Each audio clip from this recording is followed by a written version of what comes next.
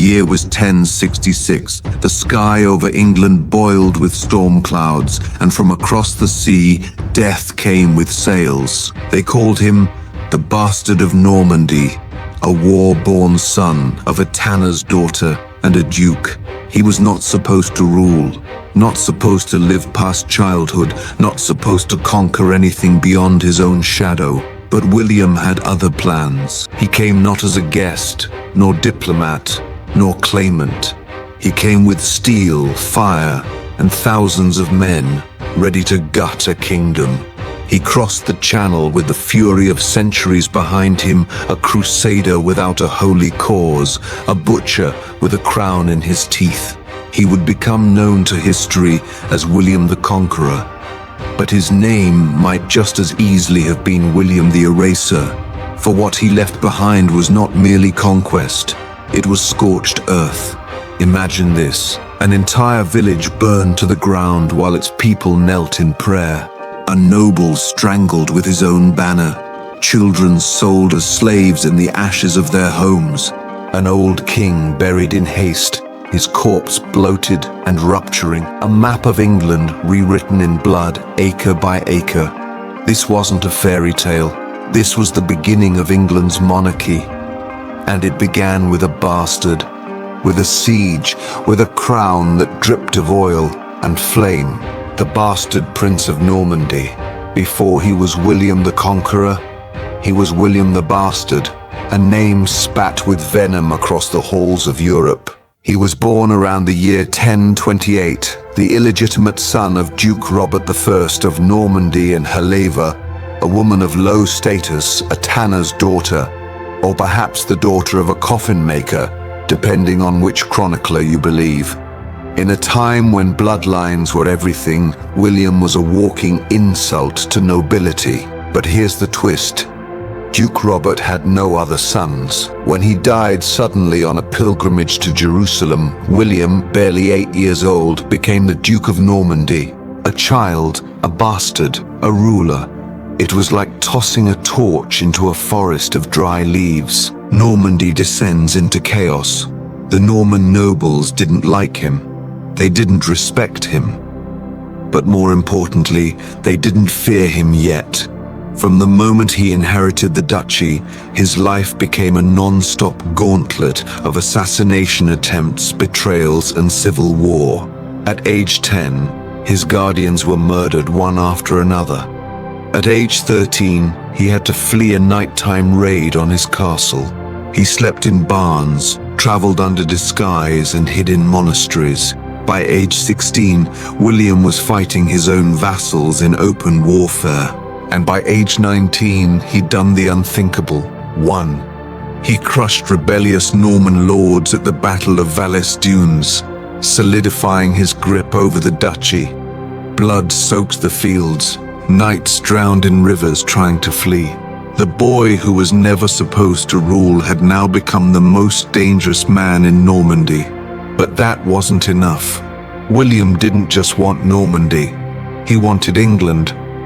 And fate, cruel, ironic fate, was about to hand him a reason to take it. The death that opened the throne. In January of 1066, the bells of Westminster Abbey tolled with dread. King Edward the Confessor, the saintly ruler of England, was dead. He died childless, crownless, his kingdom unguarded. And like blood in the water, the vultures came circling. A crown with too many claimants. 3 men laid claim to the throne. Harold Godwinson, the powerful Anglo-Saxon Earl of Wessex, Edward's brother-in-law, and the man crowned immediately, Harold Hardrada, the King of Norway, who claimed Edward's predecessor had promised the throne to his father, William of Normandy, who insisted that Edward had promised him the crown in secret during a visit in the 1050s. And that Harold himself had sworn an oath to support William's claim. William was furious. He saw Harold's coronation as theft, worse as treason. He called together his nobles, rallied support from the Pope himself, and in a blaze of holy vengeance and personal ambition, prepared the greatest invasion Europe had seen since Rome. William's holy war. He built ships, forged swords, gathered thousands of Norman knights, Breton mercenaries, and French warriors, and branded the whole thing a crusade or war blessed by God. He promised his men land, titles, women, and eternal glory.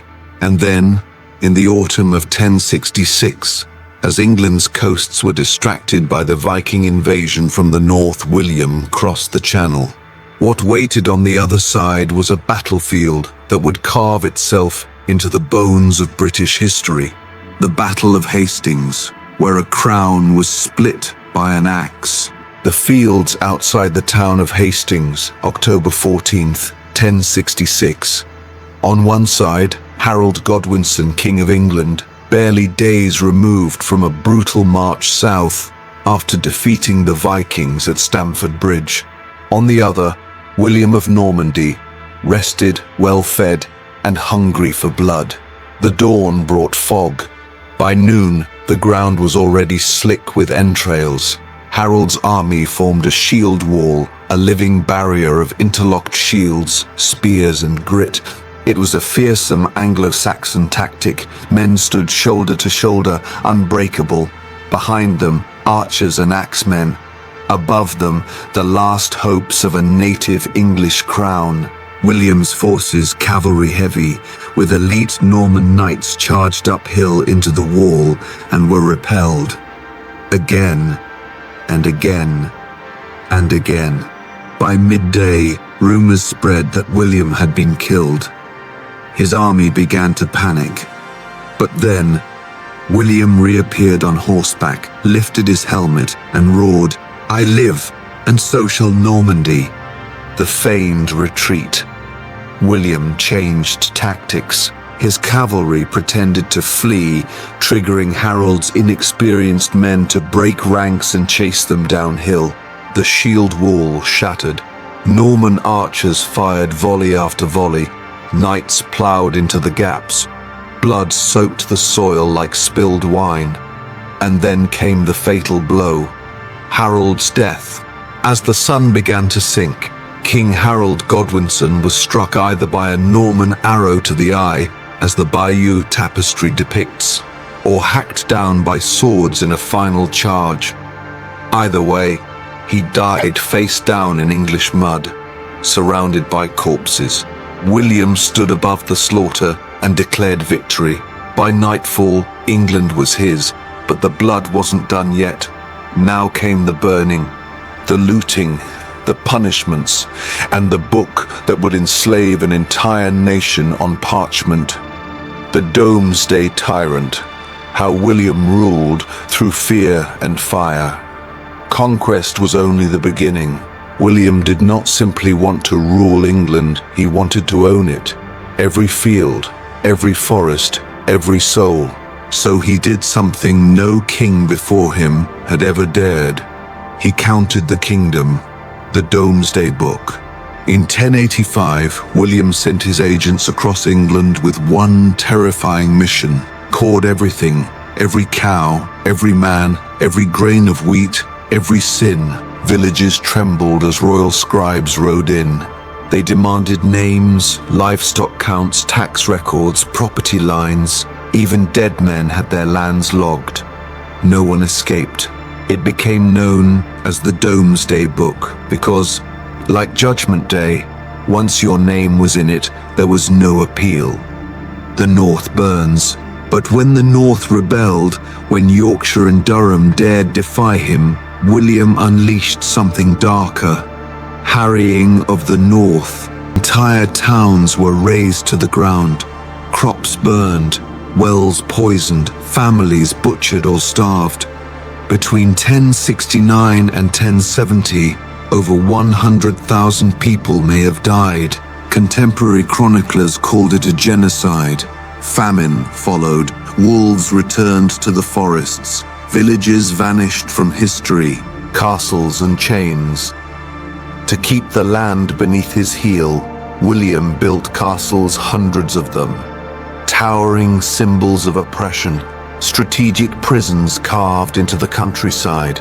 manned by foreign Norman lords who treated the English like cattle.